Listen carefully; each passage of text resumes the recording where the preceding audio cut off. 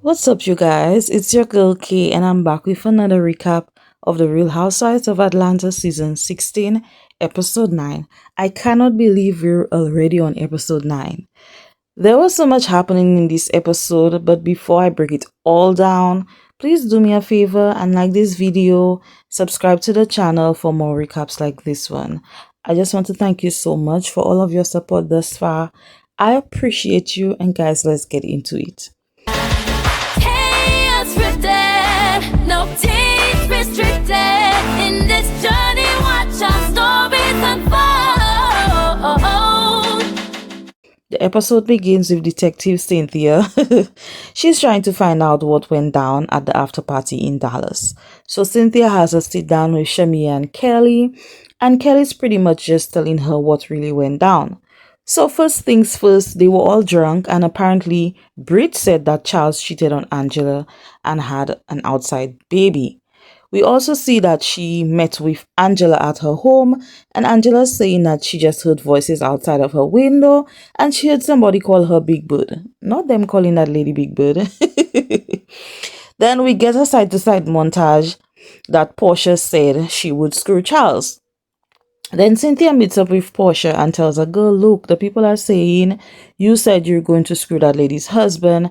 And Porsha said she didn't remember saying that. Now, of course, Portia's not going to remember, and she's going to be like, who said that? Who said that? She blames it on the Henny, and she said she would never do something like that. Now, Angela don't know you like that, so you just shouldn't be giving those type of jokes. The people are saying, Porsha, that you would do something like that. I'm going to give my girl the benefit of the doubt, but at the same time, girl, you just don't go around saying stuff like that. That's not okay. If you said that about my husband, it's a problem. But anyway, she said she doesn't know anything about Charles and she has no intentions on repeating anything that's come out. But what she doesn't know is that the other ladies have already spilled the tea and said everything that happened at the after party. Over at the lunch with Shamia and Kelly, Shamia says she reached out to Angela when they got back from Nashville, and Angela just pretty much said that she felt disrespected and she has nothing to say to any of them.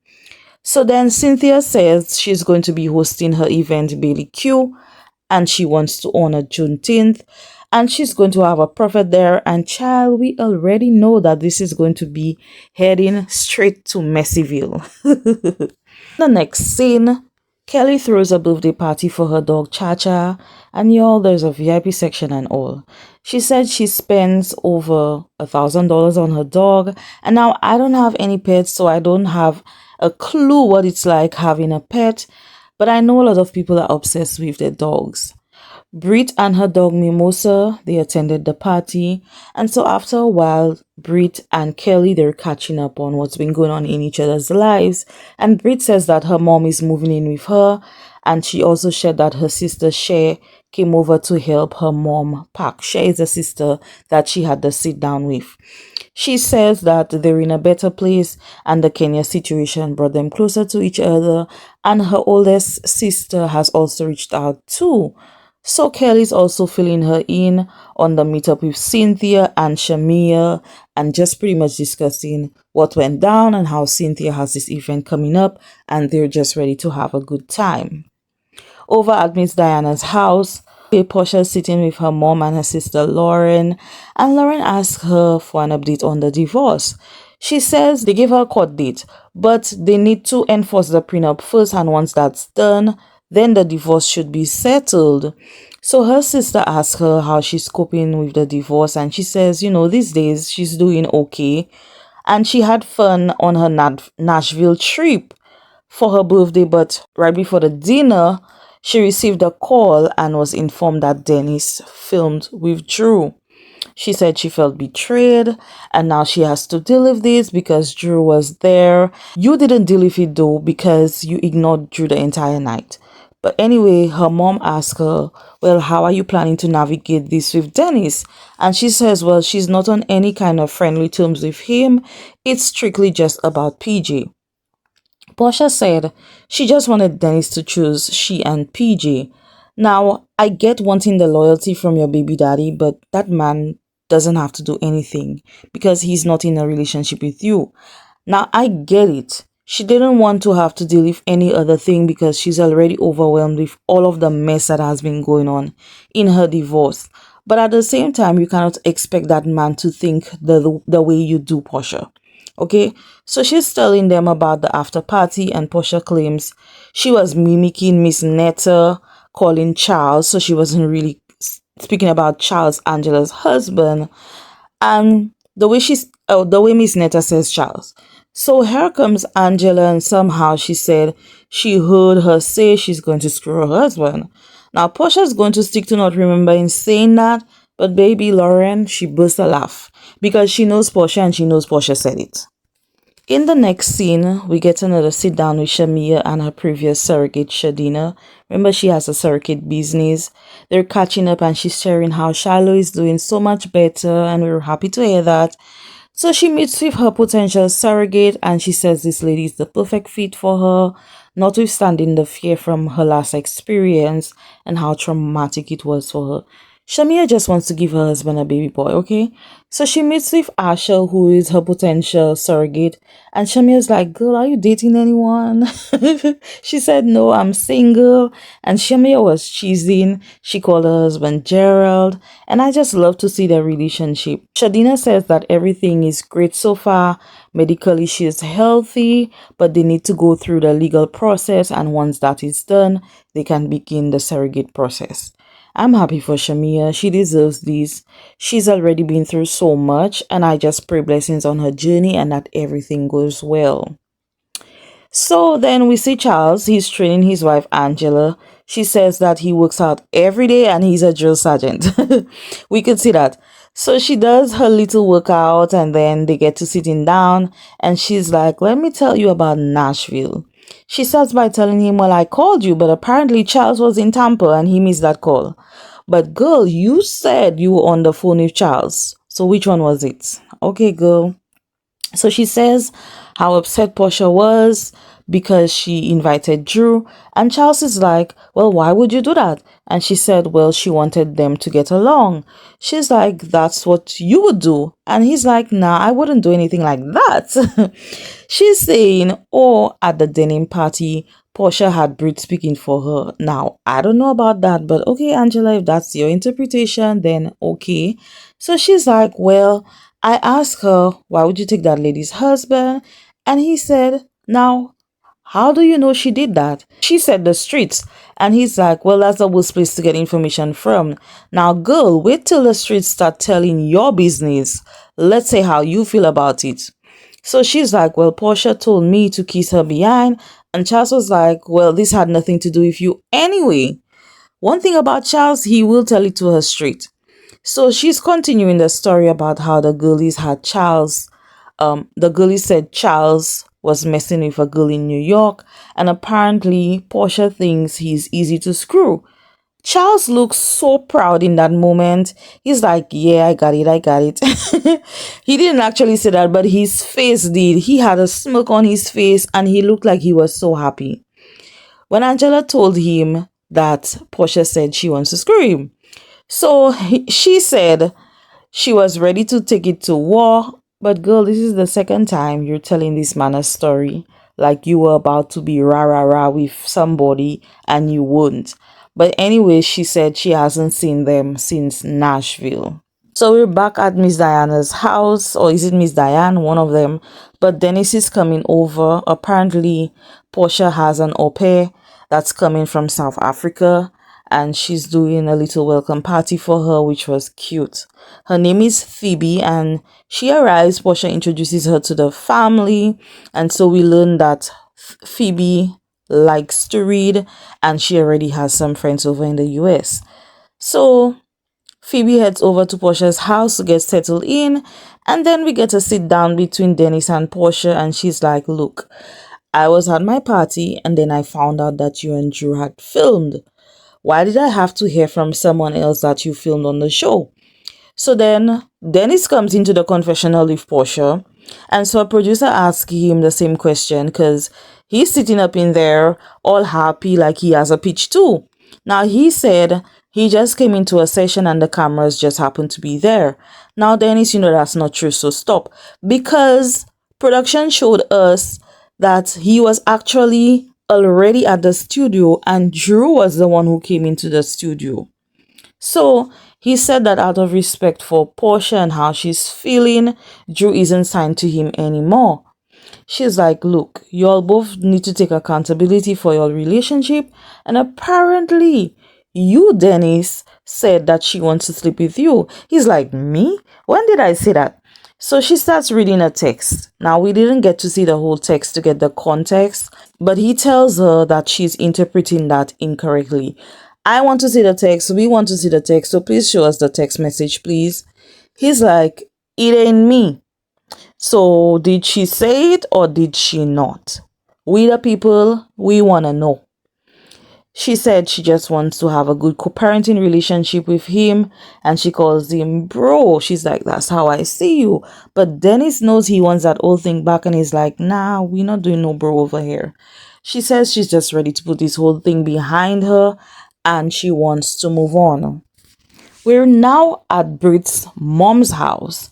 She and her sisters are packing because her mom is selling the house. And she says how her dad was the glue to the family. And when he passed away, it separated the family. I can definitely relate to this, but I'm not even going to get into it. But Brit says that she wanted her mom to keep the house so that it can be passed on to generations. But maybe her mom is just tired of them dropping their kids over to her house so that she could take care of them. Now, my thing is that if the house is so important to y'all, why don't y'all chip in together to keep the house? You know, if it's so important to y'all. Anyways, her sister tells the mom, I know what it is. You've been with my father since you were 17 and now you want a hoe. Excuse me?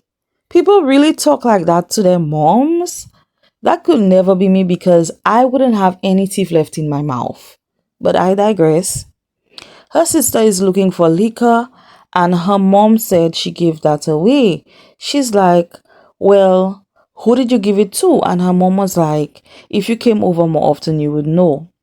It's a smart remark for me. But her sister said, Daddy laid the foundation. How dare you give all his stuff away? And child, her mom said, how dare he leave me? Lady, that man didn't leave you. He passed away. He had no control over that, so he didn't leave you. Anyway, Brit says her mom and sister have always had this tension between them and her dad would usually stand up for her sister. Now, let me tell you all, I was pissed when I didn't get to have anything of my mom's when she passed away because it was all given away. So I know how her sister feels. I understand it. You just want to hold on to something to remember the person by. That's it. But the grandma stepped in and said, y'all better stop this. Brit calls her other sister Tiara and she says she cannot be there, but she loves them. She's thinking about them and she cares about them. And she's like, girl, if you love me, answer my calls. That entire family is dramatic. Tiara says, listen, we all deal with grief differently. And Cher starts to break down. Then they all start crying. And I just feel like this entire family needs some help. Some of them need to have one-on-one counseling sessions because the family is dealing with grief and they're probably dealing with their own personal issues too. But the grandma told them, there's a good God above and you all need to stop the fussing and the fighting and stop acting like a damn fool all the time. Amen. Praise the Lord. Okay. So it's the day of Bailey Q by Cynthia Bailey. She's hosting it at her home, Lake Bailey. And she said she usually has this event on the 4th of July. We got to see some of the other events that she did in the past. But now that Juneteenth is a national holiday, she thought to move it over to Juneteenth since Atlanta is the hub for the civil rights movement. Brit is the first to arrive and Cynthia tells her that she has the prophet coming so she can ask her whatever she needs to. Child, it starts raining and then we see Monietta is there.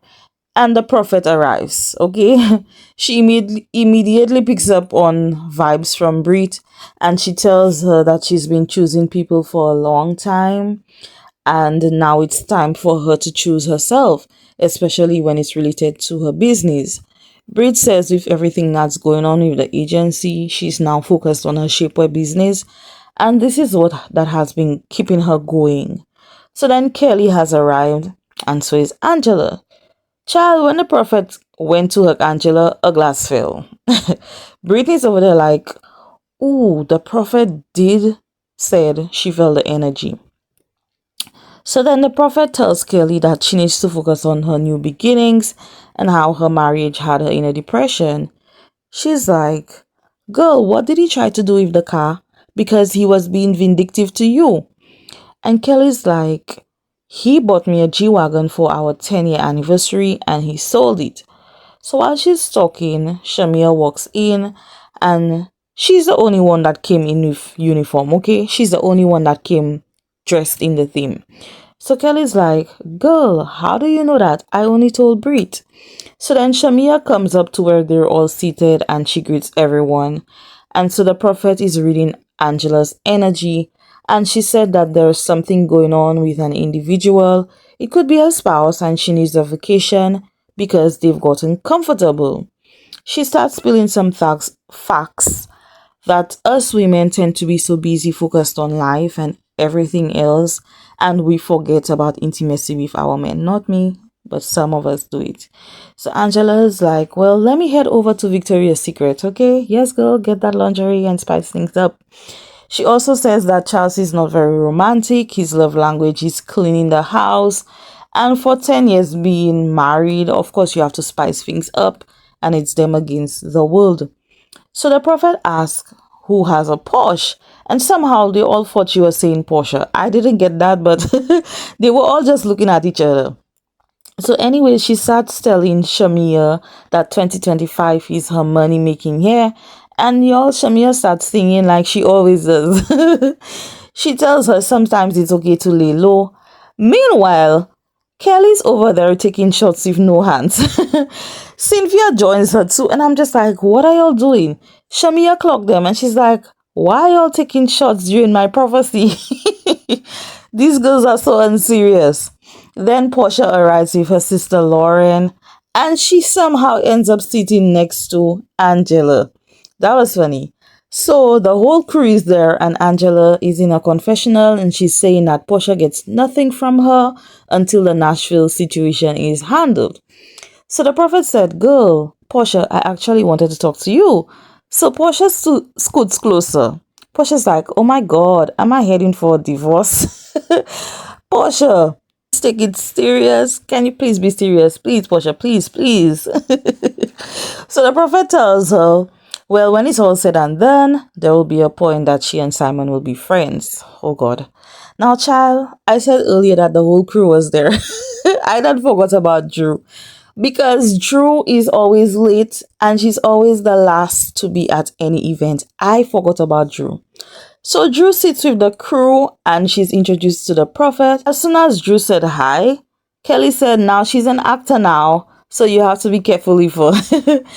I don't know what it is about Drew and Kelly, but Kelly's always dropping some shade over to Drew. Cynthia's like, hey, behave, Kelly. So the prophet said, well, she would like to talk to Drew in private because she knows that Drew doesn't want to share with the group. Now, we never got to see what she said to Drew. I wish they showed that, but we didn't get to see it. And I'm just like, so how do you tell everybody's business in front of everyone, but you keep Drew's private? Anyways, moving on, Kelly's sitting next to Angela and she's like, well, girl, how you doing? I haven't seen you since Nashville. So Angela says, well, she's in need of some good vibe. And then Brit chimes in like saying, oh, you receive what you give. This is where the back and forth between Brit and Angela happened, and that went viral on social media. Okay, Angela is ready. She's like, let's talk about it. And Brit's like, yeah, I feel like the prophet was spot on with what she said about you. Don't you think so?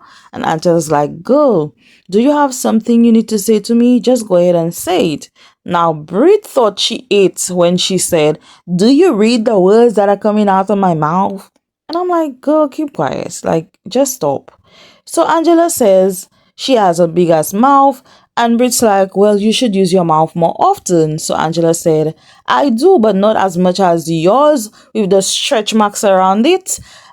Y'all, when I tell you, I started cracking up. Not the stretch marks, not the stretch marks around the mouth. That's new. But Brit stands up and she's like, show me, show me. Now here she goes again, doing too much. And Angela tells her, girl, you've got miles on that mouth. And she's like, you're a whore, child. Everyone was stunned. Porsha then clutched her pearls. And then Brit said, maybe you should be a whore in the bedroom so you can keep your man. Meanwhile, Drew's over there with her assistant or whoever she's with, and she said, I cannot be around that. I need to protect my peace. Okay, protect your peace and all, but can you protect your Chicago girl too? Wasn't she your sis? Because she had your back the other day, but now you're hiding? Now, it's not like Angela needs help, but where are you when she needs you? At this point, they're both throwing digs at each other, and Brit says that Charles has a side baby. Angela's like, well, where's the receipt? Now, you're not going to throw that out about my husband and think that we're going to be okay. No, we're not going to be okay. It's going to be some issues. So Cynthia finally rings a bell, and she's like, that's enough. Now that things have calmed down, here comes Drew waltzing in, and she's like, you okay, Angela? Oh, now you want to know if she's okay? Now, okay. So Cynthia says she's actually put this together so that they can learn more about Juneteenth. So she's about to ask them some questions. Now I'm just like, Porsha baby, sit this one out because you do have the tendency to answer the wrong questions, to give wrong answers. Love you, girl, but sit this one out. They go through the questions and baby, they give us a flashback of our good old sis Porsha. Baby girl, I told you to sit this one out. You should have just sat this one out. So then everyone grabs a plate to eat. The food looks good and all, and then Cynthia summons Porsha and Angela to a private room to talk. So Angela said that when she initially invited Drew, she stated what her intentions were, but she thought that Porsha was okay with it, and as the night progressed, she felt attacked. So Porsha said she wasn't invited in the first place, but she moved past it, and now it's not even about Drew. They're now toe to toe. Angela asked about the after party, and she wanted to know if it was about her. So Porsha's like, girl, somebody brought something up. And she's like, why is Angela always bringing up her husband to me? So Angela's like, girl, you're the one who said you want to sleep with my husband. You could blame it on the alcohol if you want, but you said it. Porsha denies it. She said she's not that type of person, but later in her confessional, she says it was a stupid comment. She shouldn't have said it, or she should have said it because she was kicking with her friends anyways. Girl, I thought you said you never said that. So which one is it? You said it or you didn't say it? So they're going back and forth, and Cynthia comes in and says, ladies, let's just start on a clean slate. Portia's like, well, she hasn't apologized. And Cynthia's like, girl, you said something about that lady's husband. And Portia said, well, she said something about mine first. So Angela says, I'm sorry if I offended you. And I know, you know, we all know that this is not an apology. But anyway, Portia gives her the same type of apology. And she says she would like to move forward. They hug it out. And Cynthia's like, girl, you have one more. Then we see Brit and Kelly outside, and Kelly's like, girl, what was that? And Brit says Angela's trying to overcompensate for the deep issues she has in her marriage. Now, Brit, don't go poking the bear. You were warned. Then Shamia goes in to talk to Angela. I didn't know they were beefing, but Shamia said she wants closure based on the text that Angela sent to her, and she says she doesn't even know how she ended up playing a part in making her feel some type of way. So Angela says, well, your bestie said she was going to screw my husband. So as a married woman, you should have checked her. Shamia said, well, girl, y'all were at each other's neck and talking crap. She's not saying it's okay, but it's not her fight. Shamia said, I'm not here to talk about Porsha. I'm here to talk about me. And Angela's like, girl, you sat there and kicked it with her. And Shamia's like, girl, I like to laugh all the time. I like to laugh. And Angela says, okay, this is not going anywhere, so I'm good.